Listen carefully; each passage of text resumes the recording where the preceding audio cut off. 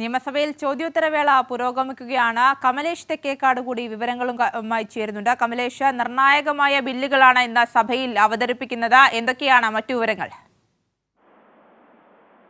തീർച്ചയായും ഇന്നത്തെ സഭാ നടപടികളുടെ ഭാഗമായി ഏറ്റവും പ്രധാനമായത് 2 ബില്ലുകൾ ഇന്ന് ഭേദഗതി ചെയ്യുന്നു എന്നുള്ളതാണ്. അതിൽ ഈ വന്യജീവി നിയമവുമായി ബന്ധപ്പെട്ട ഭേദഗതി ബില്ലുകളാണ്. അതോടൊപ്പം ഈ മനുഷ്യ വന്യജീവി സംഘർഷങ്ങൾ ലഘൂകരിക്കുന്നതിന് വേണ്ടിയിട്ടുള്ള വലിയ ഇടപെടൽ കുറച്ചു കാലമായി സംസ്ഥാന സർക്കാർ നടത്തുന്നുണ്ട്. അതിന്റെ ഭാഗമായി ഉള്ള വളരെ പ്രധാനപ്പെട്ട ഒരു ബില്ല്, അതായത് ഈ ജനവാസ മേഖലയിൽ ഇറങ്ങി ആളുകൾക്ക് കൃഷിക്കും ഒക്കെ നാശം വരുത്തുന്ന ക്ഷുദ്രജീവി, അതായത് വന്യമൃഗങ്ങളെ ക്ഷുദ്രജീവികളായി പ്രഖ്യാപിച്ചുകൊണ്ട് അവയെ വെടിവെച്ച് കൊല്ലുന്നതിനുള്ള ഒരു അനുമതി ചീഫ് വൈൽഡ് ലൈഫ് വാർഡന് വളരെ പെട്ടെന്ന് തന്നെ നൽകാൻ കഴിയുന്ന നിലയിൽ, അത്തരത്തിലുള്ള തീരുമാനമെടുക്കാൻ കഴിയുന്ന നിലയിലേക്കുള്ള ഒരു ബില്ലാണ് ഏറ്റവും പ്രധാനപ്പെട്ടത്. ഇത് പ്രധാനമായും ഈ ജനവാസ മേഖലയിൽ ഇറങ്ങുന്ന വന്യമൃഗങ്ങളെ പ്രതിരോധിക്കുന്നതിന് വേണ്ടിയിട്ടുള്ള ഒരു പ്രധാനപ്പെട്ട നീക്കമായി മാറും എന്ന കാര്യത്തിൽ യാതൊരു തർക്കവുമില്ല. കഴിഞ്ഞ കുറച്ചു കാലമായി സംസ്ഥാന സർക്കാർ വലിയ ഇടപെടൽ ഈ മേഖലയിൽ നടത്തുന്നുണ്ട്. പക്ഷേ ഈ കേന്ദ്ര വന്യജീവി നിയമവുമായി ബന്ധപ്പെട്ട് വലിയ പ്രതിസന്ധികൾ സംസ്ഥാന സർക്കാർ നേരിടുന്നുണ്ട്. അതായത് വന്യജീവികൾക്കാണ് വലിയ പ്രാധാന്യം നൽകുന്നത്, മൃഗങ്ങൾക്കാണ് വലിയ പ്രാധാന്യം നൽകുന്നത്. ഈ നിയമങ്ങളെല്ലാം തന്നെ മനുഷ്യന് ഒരു വിലയും കൽപ്പിക്കാത്ത നിലയിലുള്ള നിയമങ്ങളാണ്. അതുകൊണ്ട് തന്നെ ആ വിഷയവുമായി ബന്ധപ്പെട്ട് ഈ വന്യജീവി മേഖലയിൽ ഇടപെടുന്നതിന് വലിയ പ്രയാസങ്ങൾ ഉണ്ടായിരുന്നു. അതിനെ മറികടക്കുക കൂടിയാണ് ഈ ബില്ലുകളിലൂടെ ലക്ഷ്യമിടുന്നത്. ഇന്ന് ഈ ബിൽ പാസാക്കി അത് സബ്ജക്ട് കമ്മിറ്റിക്ക് വിടുകയാണ് ചെയ്യുക. ഏതായാലും അത് നിയമമായി വരുന്നതോടുകൂടി വലിയ ആശ്വാസം മലയോര മേഖലയിലെ കർഷകർക്കുൾപ്പെടെ ലഭിക്കും എന്ന കാര്യത്തിൽ യാതൊരു തർക്കവുമില്ല എന്നുള്ളതാണ് പ്രധാനപ്പെട്ട ഒരു കാര്യം.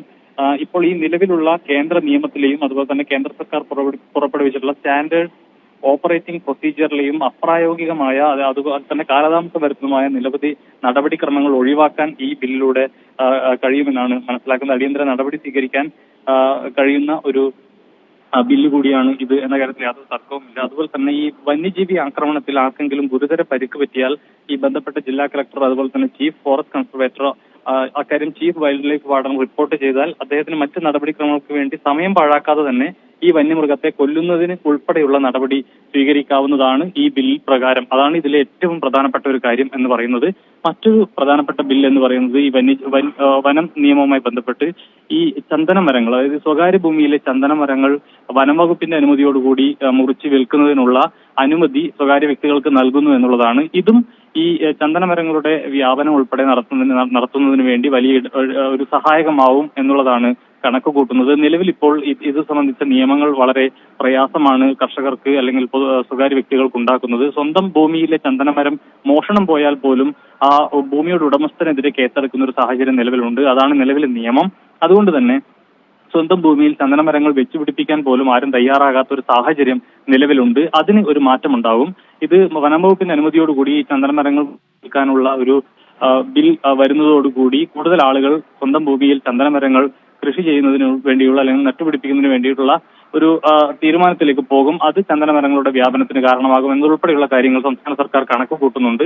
ആ നിലയിൽ നോക്കുമ്പോൾ അതും പ്രധാനപ്പെട്ട ഒരു ബില്ലായി തന്നെ വരികയാണ്. ഇതാണ് ഏറ്റവും പ്രധാനപ്പെട്ട 2 ബില്ലുകളായി ഇന്ന് സഭയിൽ വരാൻ പോകുന്നത്, ഭേദഗതി ബില്ലുകളായി വരാൻ പോകുന്നത് എന്നുള്ളതാണ് ഏറ്റവും പ്രധാനപ്പെട്ട കാര്യം. മറ്റൊന്ന് ഈ അടിയന്തര പ്രമേയവുമായി ബന്ധപ്പെട്ട വിഷയമാണ്. ഒരു പക്ഷേ, അതായത് നിലവിലെ വിപണിയിലെ വലിയ വിലവർധനയുണ്ട് എന്നതും ആ വിലവർധന പിടിച്ചു നിർത്താൻ സംസ്ഥാന സർക്കാരിന് കഴിയുന്നില്ല എന്നും ചൂണ്ടിക്കാട്ടി ഒരു പക്ഷേ ഒരു അടിയന്തര പ്രമേയം പ്രതിപക്ഷം കൊണ്ടുവരാനുള്ള സാധ്യതയുണ്ട്. അതാണ് നിലവിൽ ഒരു വിഷയമായി കാണുന്നത്. അങ്ങനെയെങ്കിൽ അത് വീണ്ടും കഴിഞ്ഞ 2 ദിവസങ്ങളിലേതുപോലെ തന്നെ ഈ ദിവസവും ഇന്നും ഈ അടിയന്തര പ്രമേയം വലിയ നിലയിൽ പ്രതിപക്ഷത്തിനൊരു തിരിച്ചടിയാവുന്ന സാഹചര്യം ഉണ്ടാകും എന്നുള്ളതാണ് സാഹചര്യം. എന്തെന്നാൽ നിലവിൽ, അതായത് മുൻ വർഷങ്ങളെ അപേക്ഷിച്ച് ഏറ്റവും മികച്ച നിലയിൽ വിപണി ഇടപെടൽ ഈ ഓണക്കാലത്ത് ഉൾപ്പെടെ നടത്തിയിട്ടുള്ള ഒരു സമയമാണ് ഇത്, അല്ലെങ്കിൽ ആ ഒരു സമയത്താണ് ഇത്തരമൊരു ബിൽ വരുന്നത് എന്നുള്ളതാണ്.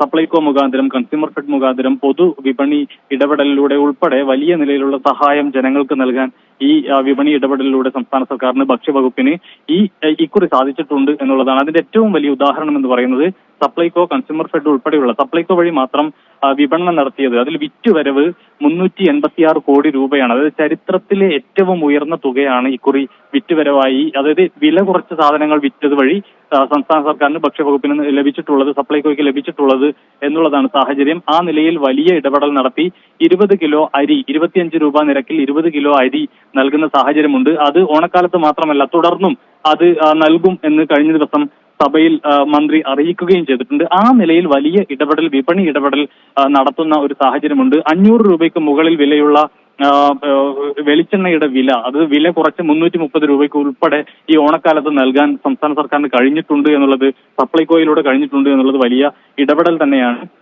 അത്തരത്തിൽ വലിയ ഇടപെടൽ നടത്തിയ സമയത്താണ് ഈ വിഷയം ഉന്നയിച്ച് അടിയന്തര പ്രമേയത്തിലേക്ക് പ്രതിപക്ഷം കടക്കുന്നത്. അതും വലിയ തിരിച്ചടിയായി വരാനുള്ള സാധ്യതയാണ് കാണുന്നത്. ആര്യ.